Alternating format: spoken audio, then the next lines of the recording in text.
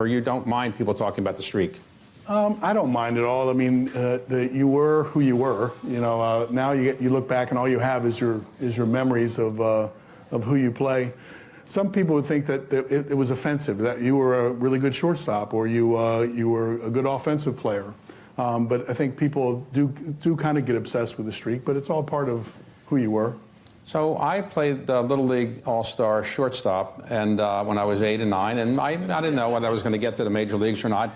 When did you realize you were going to be better than someone like me? Did you realize that you were a little leaguer? When you were a little leaguer, did you really realize you were going to be really good enough to play in the major leagues? Well, I was trying to think of all the 8-year-olds that were all-stars that didn't play when they were 9. Let me see. I knew pretty quickly. I grew up in and around baseball. My dad was the manager of the minor leagues for the Orioles in the first 14 years of my life. So I went to work with my dad, you know, or as early as 8 or 9. He put me in a uniform. I was the bat boy. I shagged in the outfield.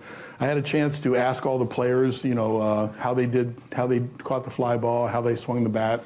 So I had all these teachers in front of me, but I had the skill, you know, that was pretty obvious early on. Okay, so you played in high school. I assume you did very well in high school? Yes. Okay, so you get drafted by the Orioles, and at what point when you're in the minor leagues, all the players played in the minor leagues for a while, did you realize you weren't just going to be an average player, you were really going to be a super player, or did you not realize that in the beginning? No, I was 17. I was a second-round draft pick by the Orioles. I turned 18 at the end of the summer. And so it was, my birthday is August 24th, so I was playing a couple of months before my 18th birthday.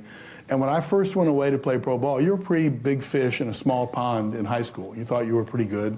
And then you go, and all of a sudden you're part of a team, and you look around, and no longer you're not the big fish.